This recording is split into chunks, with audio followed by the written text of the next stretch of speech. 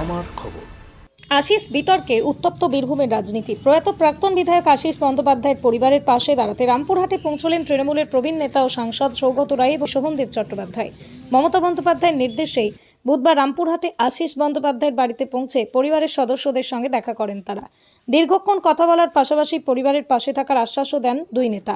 আশিস বন্দ্যোপাধ্যায়ের অস্বাভাবিক মৃত্যু ঘিরে ইতিমধ্যেই বীরভূমের রাজনীতিতে তৈরি হয়েছে নানা জল্পনা ও টানাপোড়েন। একদিকে বিদ্রোহী শিবিরের প্রতিনিধি দল পরিবারের সঙ্গে দেখা করছে, অন্যদিকে এবার কালীঘাটের তরফে সৌগত রায় ও শোভনদেব চট্টোপাধ্যায়ের রামপুরহাট সফর রাজনৈতিক মহলে নতুন করে চর্চার জন্ম দিয়েছে। আশিসের পরিবারের পাশে দাঁড়ানোর বার্তা দিতে গিয়ে তৃণমূলের শীর্ষ নেতৃত্ব যে পরিস্থিতির উপর নজর রাখছে, এই সফরেই তার স্পষ্ট ইঙ্গিত মিলল। আমি এখানে কোনো রকম রাজনৈতিক মন্তব্য করতে চাই না।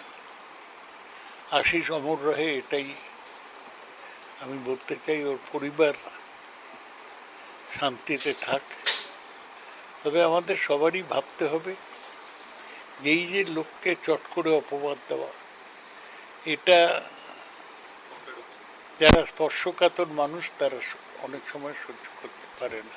আমাদেরও শুনতে হয়, আমরা অনেক সময় সহ্য করি। আশিস হয়তো পারেনি। আশিস ব্যানার্জি অমর রহে। আমি আশিসের পক্ষে এবং রামপুরহাটের লোকেদেরও আমি সহানুভূতি জানাই। যে লোকটা তার আগের রাত্রিরে রাত 12টা অবধি সবার সাথে গল্প করেছে, কথা বলেছে, তার মনে কিছু থাকতে পারে কিন্তু কোনো প্রকাশ পায়নি।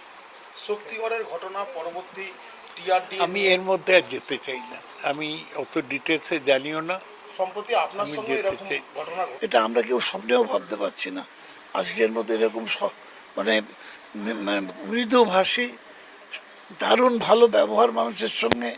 আমরা দীর্ঘদিন ওর সঙ্গে আমি আছি, একসঙ্গে কাজ করেছি। আমি বিধানসভাতে মন্ত্রী ছিল, কৃষিমন্ত্রী ছিল, ডেপুটি স্পিকার ছিল। অতি ভদ্র মানুষ হিসেবেই ওর পরিচয় আমাদের কাছে, সকলের কাছে। সেই মানুষটা এরকমভাবে মানসিকভাবে বিপর্যস্ত হয়ে গেল, হয়ে গিয়ে আত্মহত্যা করতে বাধ্য হলো, এটাকে আমাদের মেনে নিতে পারছি না। রাজনৈতিক চাপ কি ছিল?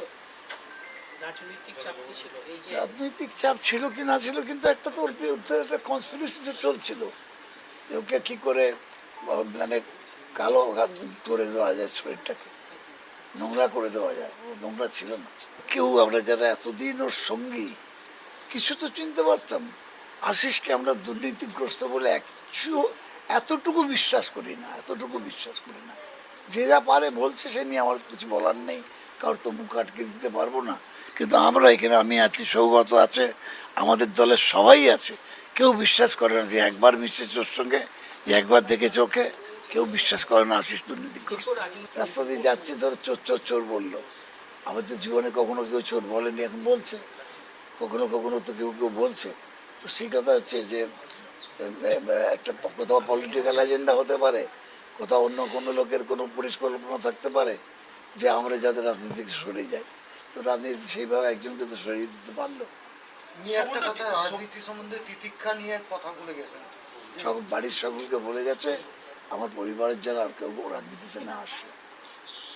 সুমনদার একটা বিষয়, সেটা হচ্ছে টিআরডি নিয়ে, দুর্নীতি নিয়ে এখনো পর্যন্ত রিটিন কোনো কমপ্লেন নেই, অথচ বিভিন্ন মাধ্যমে তো এটা তো পরিকল্পনা মাফিক হচ্ছে। তার মানে এটা তো পরিকল্পনা মাফিক হচ্ছে, কোনো কমপ্লেন নাই, অথচ তার নয় বলা হচ্ছে।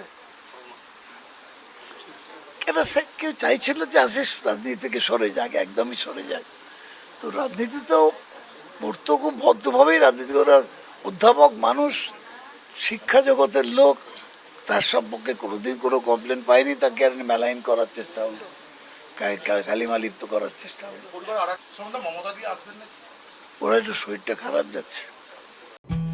বীরভূম জেলায় সেনকো গোল্ড অ্যান্ড ডায়মন্ডসের মেগা শোরুম এখন বোলপুরে নতুন রূপে শান্তিনিকেতন রোডের উপর ইয়েস ব্যাংকের কাছে। দক্ষ কারিগরিতে তৈরি হালকা থেকে ভারী ওজনের আধুনিক ডিজাইনের সোনা, হিরে, প্লাটিনাম, রূপোর গয়নার বিপুল সম্ভারের সঙ্গেই দ্বিতল এই শোরুমে রয়েছে কস্টিউম, জুয়েলারি এবং গ্রহরত্ন। বিভিন্ন সময় আকর্ষণীয় নানান অফার তো আছেই। বিস্তারিত জানতে যোগাযোগ করুন 8001607007 এই নম্বরে। দেখতে চোখ রাখুন আমাদের ফেসবুক ও ইউটিউব চ্যানেলে।